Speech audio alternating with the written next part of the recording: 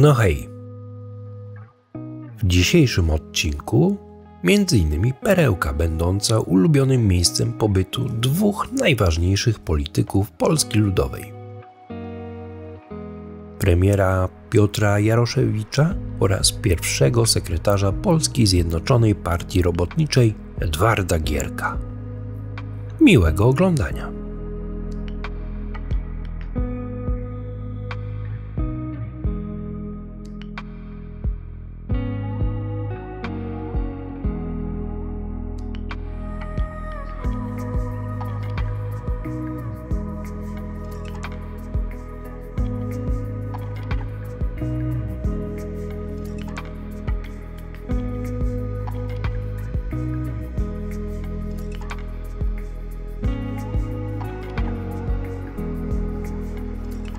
Na początku XIX wieku wieś należała do rodziny Rożnowskich herbu Nowina, a dokładnie do Michała Rożnowskiego, posła na Sejm czteroletni, i to on w 1815 roku wzniósł neogotycki pałac otoczony parkiem krajobrazowym.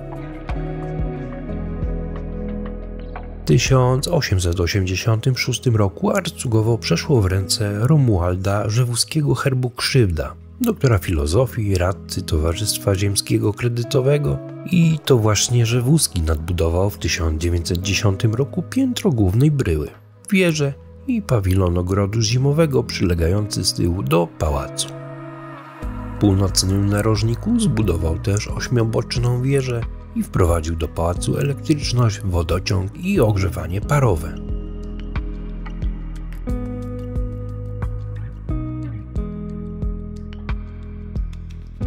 Przy okazji ciekawostka dotycząca herbu Rzewuskich Krzywda. Legenda mówi, że dwaj bracia przystąpili do podziału ojcowizny, przy czym jeden drugiego skrzywdził. Z tego powodu odjęto mu z herbu połowę krzyża i nazwano herb Krzywdą.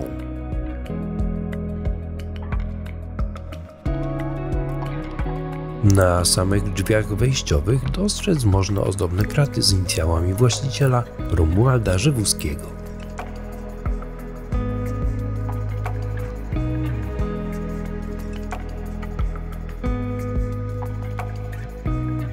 Z pałacem związane są jeszcze dwie intrygujące historie. Pierwsza dotyczy pana Tadeusza Adama Mickiewicza. A związek jest taki, że z rodu Rzewuskich pochodził pisarz Henryk Rzewuski, autor Pamiętnika z Soplicy, szlacheckiej gawędy uważanej za arcydzieło tego gatunku.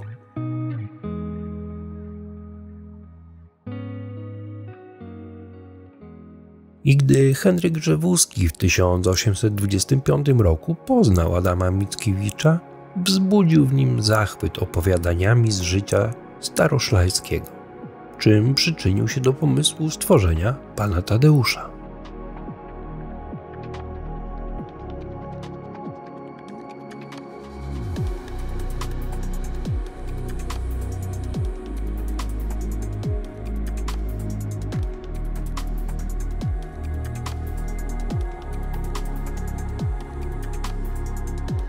Druga historia dotyczy już czasów nam bliższych, bo lat 70. XX wieku.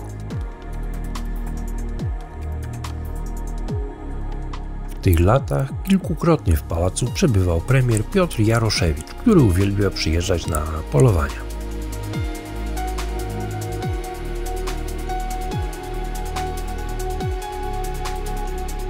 Często bywał też pierwszy sekretarz Edward Gierek. Był taki czas, że było to ich ulubione miejsce biesiadowania.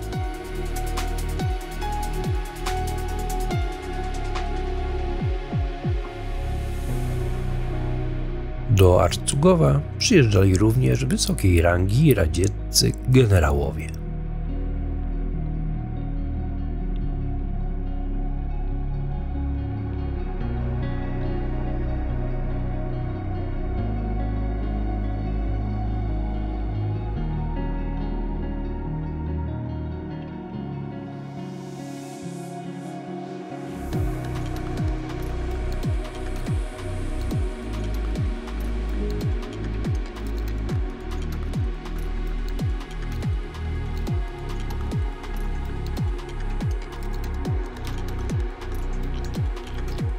Na terenie założenia parkowego znajduje się grobowiec rodziny Rzewuskich.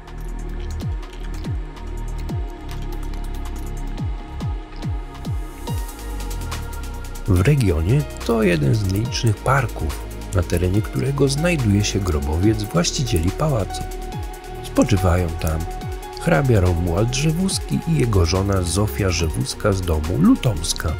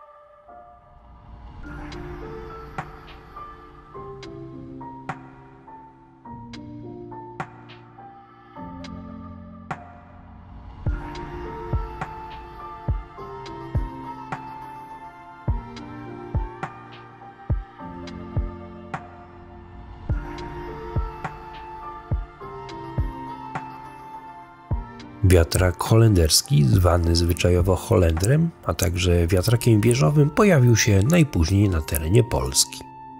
Wiatraki holenderskie posiadały nieruchomy korpus, najczęściej murowany, i obrotową górę, tzw. czapę, ze śmigłami. Pierwsze wiatraki tego typu pojawiły się w północnej Holandii w XVII wieku.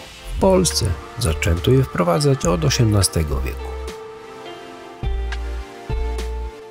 Wiatraki typu Holender nie przyjęły się na terenie Wielkopolski jako obce kulturowo, gdyż były upowszechniane w okresie zaborów.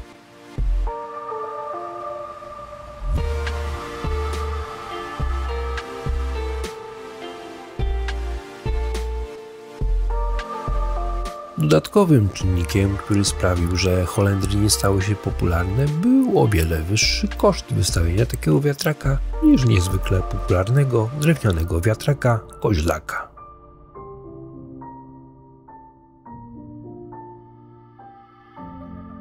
Koźlaki ze względu na swoją konstrukcję łatwiej było również przenosić w inne miejsce, co dość często czyniono.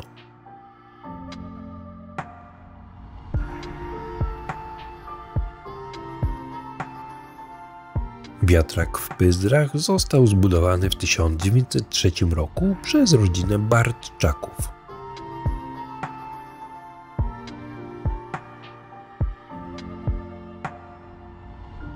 Zaświadcza o tym metalowa chorągiewka na zwieńczeniu kopuły dachu z ażurowym napisem 1903 BB, czyli Bolesław Bartczak.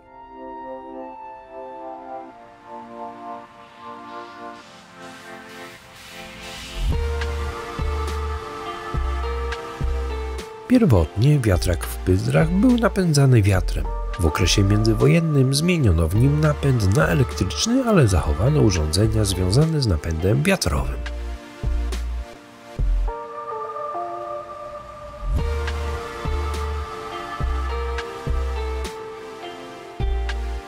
Wiatrak był czynny jeszcze w latach 80. XX wieku. Potem obiekt był nieużytkowany i ulegał postępującej dewastacji.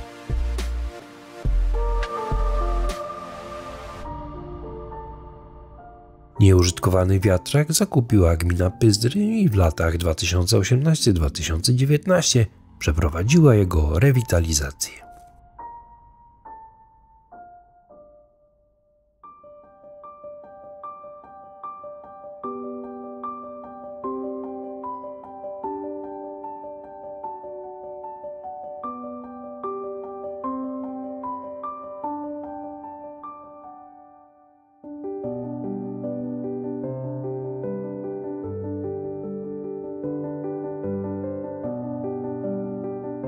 Na samym środku kukurydzianego pola, w miejscu zwanego Łysą Górką, odnaleźliśmy cmentarz rodowy rodziny Kurnatowskich nazywany także cmentarzem dworskim.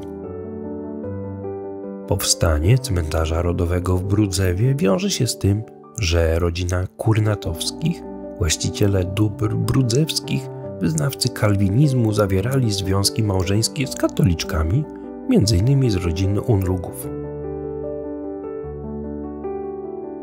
Pierwszą osobą pochowaną na cmentarzu rodowym w Brudzewie był Wacław Kurnatowski, pierwszy starosta kolski po odzyskaniu niepodległości w 1918 roku. Zmarł on w styczniu 1922 i pochowany został w grobowcu wybudowanym na skraju parku mieszczącego się przy brudzewskim dworku, gdyż nie mógł spocząć na cmentarzu katolickim.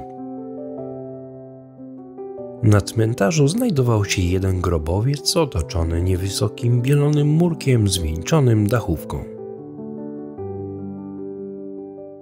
Pochowano tu także córkę Wacława, Cecylię Kurnatowską, oraz zmarłych w niemowlęctwie wnuków Marka Gutta i Krzysztofa Morsztyna. Po wybuchu II wojny światowej rodzina Kurnatowskich została zmuszona do opuszczenia Brudzewa, a dwór został przejęty przez Niemców.